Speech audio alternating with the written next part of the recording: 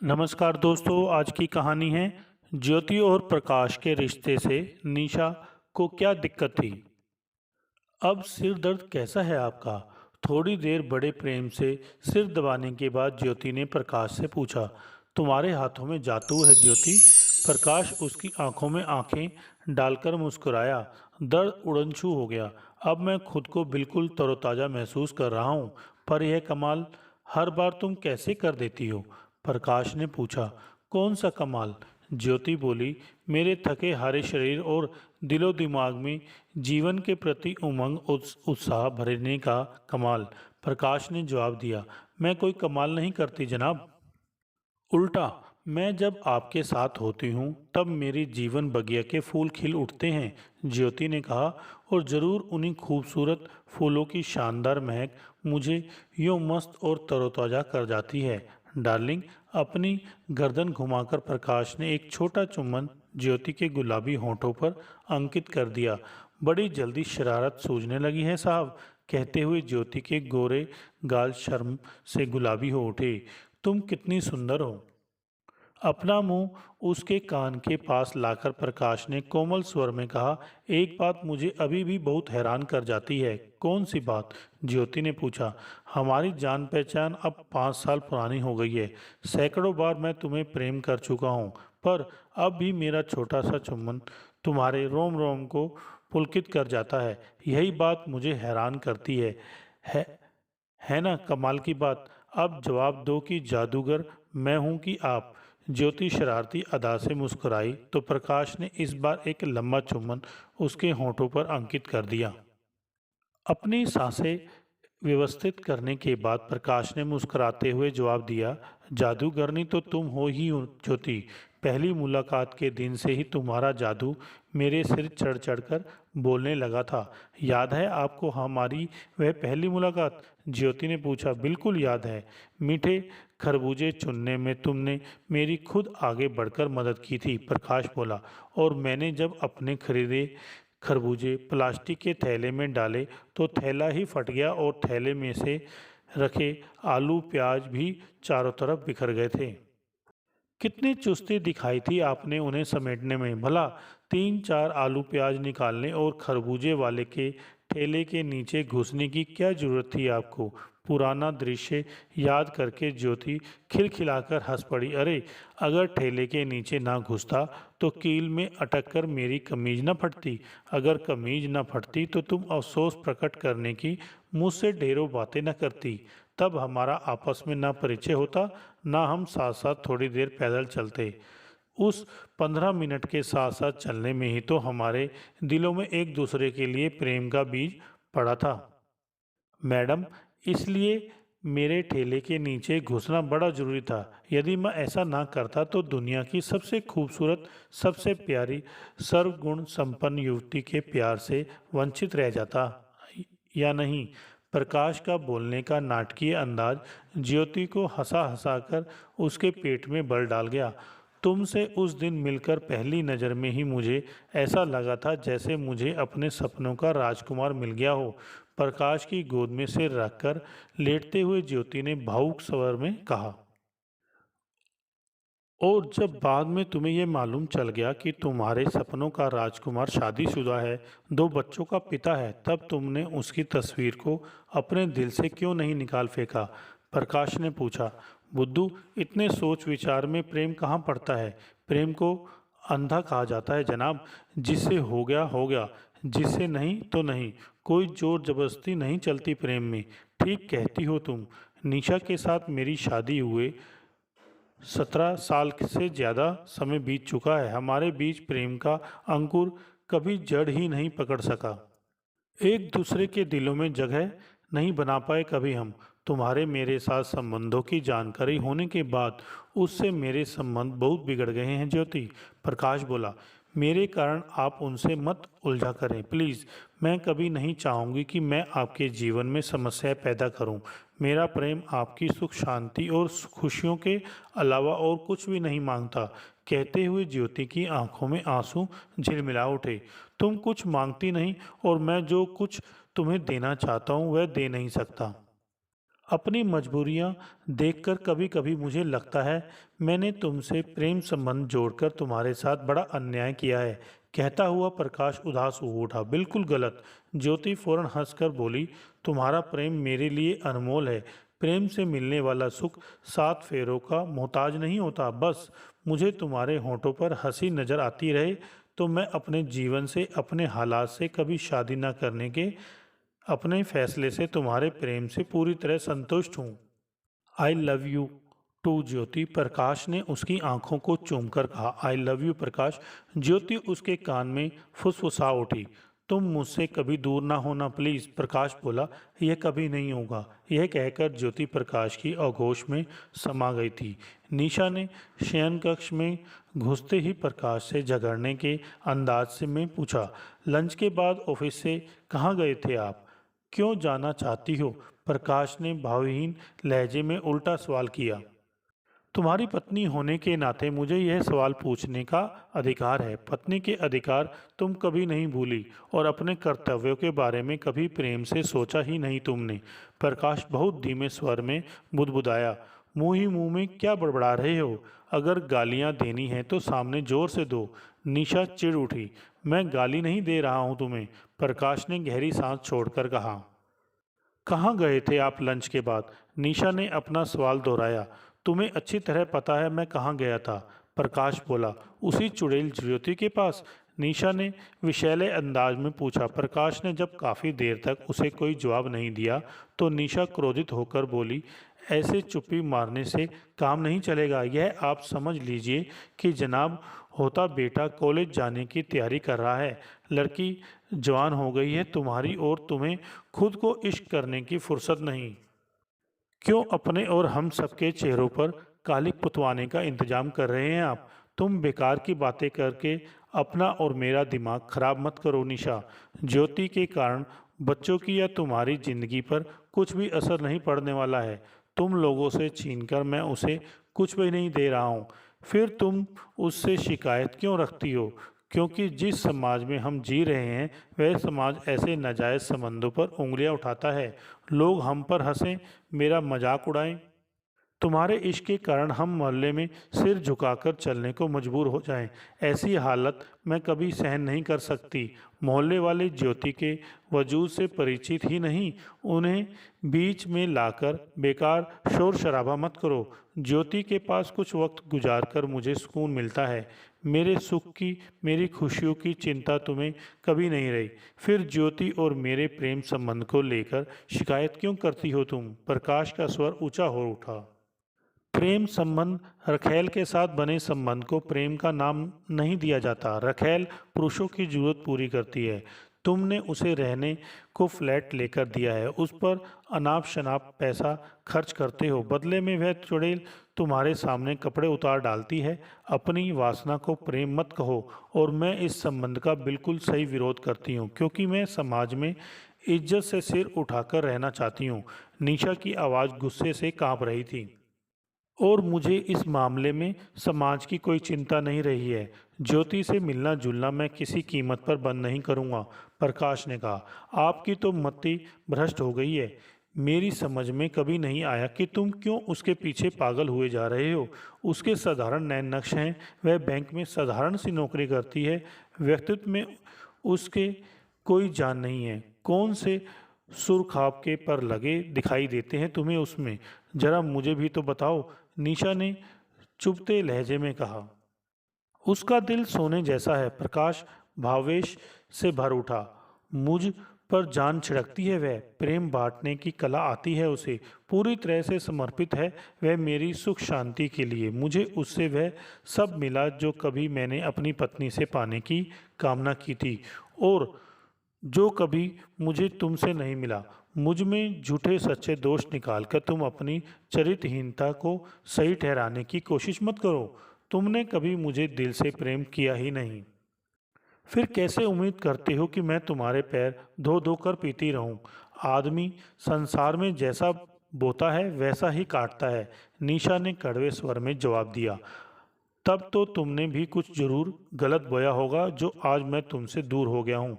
तुम गोरी हो, सुंदर हो, स्कूल की प्रिंसिपल हो, शानदार व्यक्तित्व है तुम्हारा, लेकिन तुम्हारा दिल में मेरे प्रेम में नहीं धड़कता। इस घर में सुख सुविधा की हर चीज़ है, यहाँ रसोई में बढ़िया खाना बनता है, लोग हमारी खुशहाली देखकर शायद हमसे कुढ़ते होंगे, लेकिन मुझे इस घर में कभी सुख शांति नहीं मिली। ज्योति सिर्फ सादी चाय भी मुझे अगर पिलाती है तो मेरा मन तृप्त हो जाता है। वह कभी मुझसे ऊंचे स्वर में नहीं बोलती। मुझसे ज़्यादा महत्वपूर्ण उसके जीवन में ना पैसा है, ना कैरियर और ना ही सामाजिक प्रतिष्ठा। उसके असीम प्रेम ने, उसके समर्पण ने और उसके कभी मुझसे कुछ ना मांगने के गुण ने लगाए हैं उसमें सुख खाब के पैर। प्रकाश ने अपनी बात समाप्त करके निशा की तरफ से मुंह फेर लिया। निशा ने नफरत भरे स्वर में कहा, तुम्हारे सिर से उस कलमुही के प्यार का भूत उतारने के मेरे पास और भी तरीके हैं। कभी यह उम्मीद ना करना कि मैं तुम्हें तलाक देकर तुम्हें आज़ाद कर दूंगी। अपनी रखैल को मांग में सिंदूर भरने की खुशी तुम्हें कभी नसीब नहीं होगी। अपनी इस मजबूरी को मैं समझता हूँ और इसी कारण खून के आंसू रोता हूँ। ज्योति को मांग का सिंदूर नहीं बल्कि मेरा प्रेम चाहिए। तुम ना उसे कभी समझ सकोगी, ना कभी उसकी बराबरी कर पाओगी। इस वार्तालाप के बाद उन दोनों के बीच बड़ी बोझिल खामोशी छा गई थी। प्रकाश उठकर ज्योति के पास चल दिया। ज्योति चाय का कप प्रकाश के हाथ में पकड़ाते हुए भावुक लहजे में बोली, जब से आए हैं तब से खोए खोए नजर आ रहे हैं आप। मुझे बताइए, कौन सी उलझन आपके मन में को परेशान कर रही है। कुछ पलों को खामोशी के बाद प्रकाश ने संजीदा लहजे में जवाब दिया, परसों मेरे बेटे का जन्मदिन है। निशा ने मुझसे कोई सलाह किए बिना उस दिन अपने और मेरे माता पिता व भाई बहनों को पार्टी देने का फैसला किया है। इसमें इतना चिंतित और परेशान होने वाली क्या बात है? ज्योति बोली, पिछले कुछ दिनों से निशा का मूड बड़ा अजीब सा हो रहा है। अजीब सा? इसका क्या मतलब हुआ? मन ही मन मुझसे बेहद नाराज होते हुए वह बड़ी खामोश रहने लगी है। मुझे साफ एहसास हो रहा है कि मुझे तंग करने के लिए उसका दिमाग किसी योजना को जन्म दे चुका है। जन्मदिन वाली पार्टी में वह जरूर कुछ गुल खिलाने जा रही है। प्रकाश बोला, कोई गुल नहीं खिलेगा। आप बेकार की बातें सोचकर खुद को परेशान कर रहे हैं। ज्योति की मुस्कुराहट प्रकाश की आंखों में छाई हुई चिंता के भाव को कुछ ही कम कर पाई। तुम दोनों में कैसा जमीन आसमान का अंतर है। ज्योति, निशा की शिकायतें कभी खत्म नहीं होती। मेरे लिए उसके दिल में ना प्यार है ना सम्मान। वह मेरा जरूर कुछ अहित करेगी, यह विश्वास दिनों दिन मेरे दिल में मजबूत होता जा रहा है। प्रकाश बोला, इस शक को आप अपने दिल से निकाल फेंकिए। आप दोनों की चाहे कितनी ही ना बनती हो, पर वे आपका बुरा नहीं सोच सकती। अगर हालत इतने बिगड़े होते तो वे आपके साथ रहना मंजूर ना करके आपको तलाक दे देती। ज्योति ने प्रकाश को कोमल स्वर में समझाया, वह मुझे तलाक नहीं देती क्योंकि उससे मेरी तलाक देने से पैदा होने वाली खुशी नहीं देखी जाएगी। तलाक उसकी हार का सबूत होगा और उस जैसी घमंडी औरत के लिए हार शब्द मौत से बदतर माने रखता है। तुम जैसी सीधी सच्ची स्त्री निशा जैसी स्त्री के उलझे मन को कभी नहीं समझ सकती। प्रकाश के स्वर में अपनी पत्नी के लिए बड़ी नफरत भरी थी। अब आप उल्टी सीधी बातें बोलना और सोचना बंद कर अपना मूड सही कर लीजिए। कहते हुए ज्योति की आंखों में एकाएक आंसू छलक आए। तुमसे मेरा दुख, मेरी चिंता, मेरा परेशान होना बर्दाश्त नहीं होता। नहीं, आपको खुश और सुखी देखने के लिए मैं कुछ भी कर सकती हूँ। आपके होंठों की हंसी मेरी नज़रों में मेरी जान से ज़्यादा कीमती है जनाब। भाव विभोर होकर ज्योति ने प्रकाश की आंखों को चूम लिया। और तुम मेरी जान हो ज्योति, कहते हुए प्रकाश ने ज्योति को सीने से लगा लिया। जैसी ही प्रकाश की आशंका थी, पार्टी में हंगामा होगा। निशा, आज तुम मेरी नज़रों में पूरी तरह से गिर गई हो। जो तुमने आज जन्मदिन की पार्टी में कहा और किया, उसके लिए मैं तुम्हें जिंदगी भर माफ़ नहीं करूँगा। पार्टी के बाद प्रकाश की आवाज़ में बहुत दर्द समाया हुआ था। मैंने क्या कोई बात झूठ कही आज? निशा ने झगड़ालू स्वर में जवाब दिया, मेरे और तुम्हारे घर के लोग अब तक तुम्हें नेक दिल और चरित्रवान इंसान समझते थे। आज मैंने सबके सामने तुम्हारा नाजायज प्रेम संबंध का भंडाफोड़ करके तुम्हारी उस छवि को नष्ट कर दिया। इसी बात से पीड़ा हो रही है न तुम्हें? मेरे लिए तुमने जो जहर आज सबके सामने उगला है, वह मेरे लिए अप्रत्याशित नहीं था। ज्योति के लिए तुमने जिस गंदगी भाषा और अपशब्दों का इस्तेमाल किया, वह स्वतः गलत और अनुचित था। प्रकाश बोला, तुम बिल्कुल गलत कह रहे हो। उस कलमुही औरत के लिए मैंने जो कहा वह सब सच, और उसके लिए तुमसे माफ़ी मांगने का भविष्य में कभी सवाल ही नहीं उठेगा। निशा ने मजबूती से कहा। आज जितनी नफरत मैंने तुमसे कभी नहीं की, प्रकाश ने कहा, और आज मेरे दिल को बहुत शांति महसूस हो रही है। अब मैं देखती हूँ कि कैसे उस रखेल के घर की दहलीज लांघते हो। कौन रोकेगा मुझे ज्योति के पास जाने से? प्रकाश ने माथे पर बल डालकर पूछा।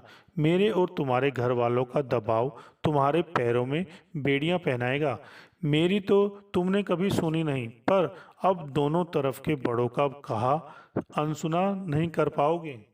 कहते हुए निशा के होठों पर कुटिल मुस्कान उभरी। एक बात की चेतावनी तुम मेरी तरफ से सबको दे देना। प्रकाश का स्वर एकाएक चट्टान सा कठोर हो गया।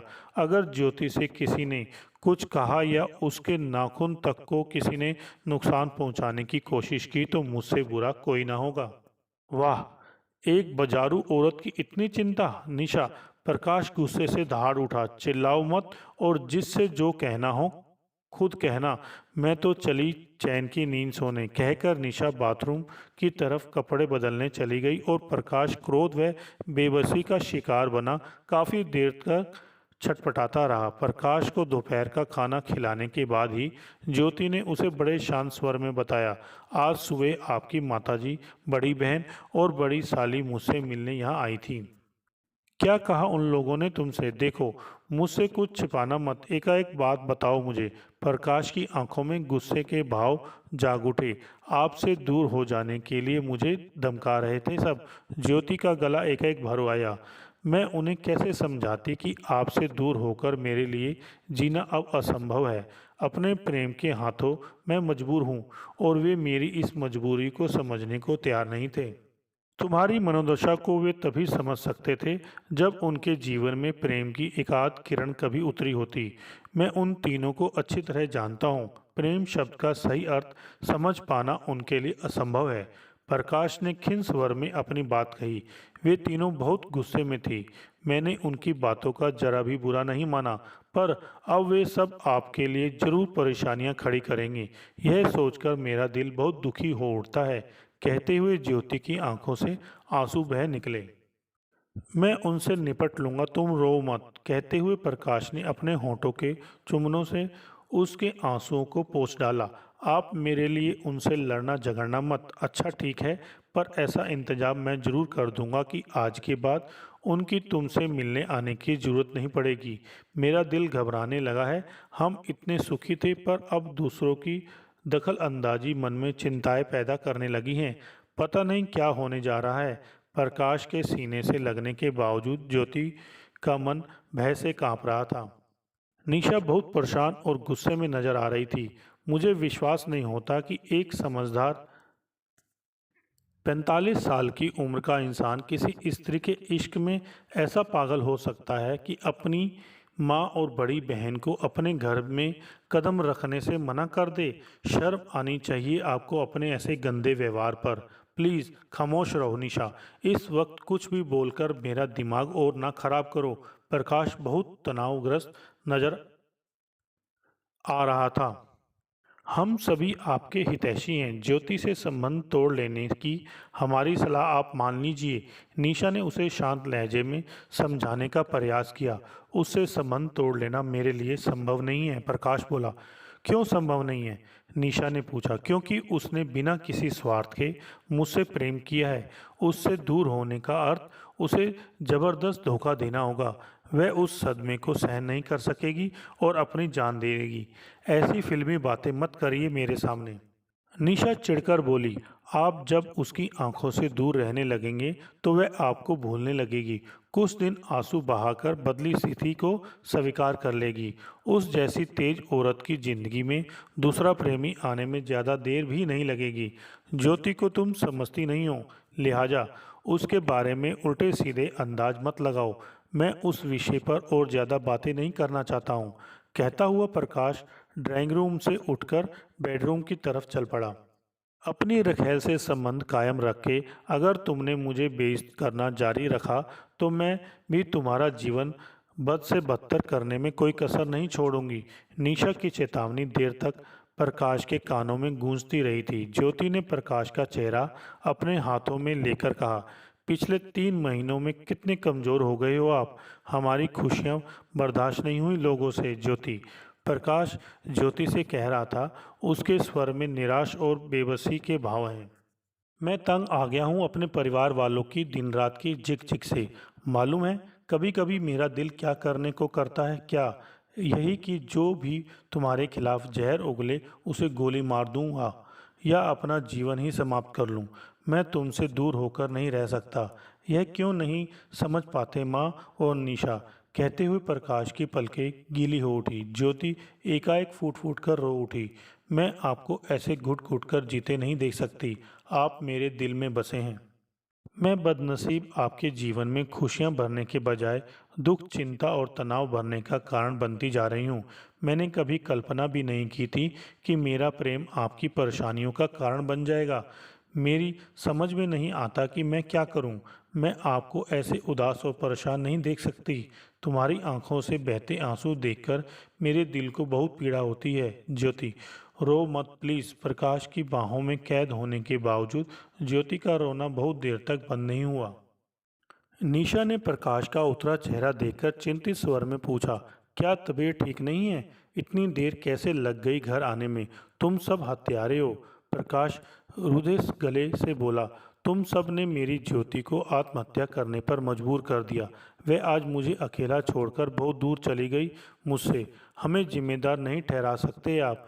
उसकी आत्महत्या के लिए वह खुद जिम्मेदार थी। अपने जीवन को उलझाने के लिए दूसरों के लिए कांटे बोने वाले का अंत सदा ही दुख और पीड़ा से भरा होता है। इसे ही कहते हैं इंसाफ। हम सब के मुकाबले वह कहीं ज़्यादा नेक और सरल इंसान थी। निशा, मैं ही उसकी ज़िंदगी में न आया होता तो वह आज जिंदा होती। ज्योति, ज्योति, तुम क्यों मुझे अकेला छोड़कर चली गई? अपने हाथों में मुंह छिपाकर प्रकाश फूट फूट कर रोने लगा तो निशा पैर पटकती रसोई की तरफ चली गई। अपनी बेटे की सगाई समारोह की समाप्ति के बाद अकेले में निशा प्रकाश से उलझ पड़ी। खुशी के मौके पर आज दिन भर क्यों मुंह लटकाए रहे आप? सब मेहमानों को मुझ पर हंसने का मौका देने में आपको क्या मज़ा आता है? मैं ऐसा कोई गलत प्रयास जानबूझकर नहीं करता निशा। प्रकाश ने थके हारे स्वर में जवाब दिया, लेकिन आपकी उदास सूरत देखकर तो लोग यही अंदाज़ा लगाते हैं ना कि आप अभी तक अपनी मृत प्रेमिका को भूले नहीं हैं। मैं तुम्हें खुश और संतुष्ट नहीं रख सकती, इस कारण वे मुझ पर हंसते हैं। ज्योति की यादों को भुलाना मेरे वश में होता तो मैं वैसा जरूर करता। निशा, मेरे कारण तुम खुद को परेशान करना छोड़ दो प्लीज़। आप हंसना मुस्कुराना फिर से शुरू कर दीजिए।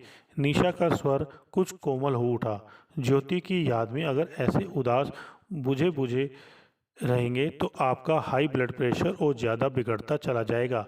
अब और ज़्यादा जीना नहीं चाहता मैं। मेरी फिक्र ना किया करो। प्रकाश का स्वर इतना टूटा और उदासी से भरा था कि निशा को अपना गला भराया महसूस हुआ। अपनी बहू के हाथ से पानी का गिलास लेकर निशा ने प्रकाश को पकड़ाया और चिंतित स्वर में बोली, अपनी दवा ले लीजिए। आपकी घबराहट और बेचैनी जल्दी ही कम हो जाएगी। दवा खाने के बाद प्रकाश ने गहरी सांस छोड़कर कहा, अब दवा खाकर मैं उब चुका हूँ निशा। पता नहीं कब इस गोली कैप्सूल से छुटकारा मिलेगा। आप कोशिश करें तो जल्दी ही आपकी तबीयत में सुधार होने लगेगा। निशा की आंखों में अचानक आंसू छलक आए। देखिए, अब तो घर में बहू भी आ गई है। मुझसे तो आप जीवन भर नाराज रहे नहीं कि मैंने आपकी सेवा, मैं यह मान लेती हूँ, पर अब तो बहू है घर में, उसे सेवा करने दीजिए। उसके कारण हंसा बोला कीजिए। मैं आपकी आंखों के सामने आना ही बंद कर दूंगी, पर मैं आपसे हाथ जोड़कर विनती करती हूँ कि खुश रहा करिए। ज्योति की मौत के बाद से आप एक बार फिर तो सही ढंग से कभी नहीं हंसे। ज्योति की आत्महत्या ने मेरे अंदर तक तोड़ डाला है।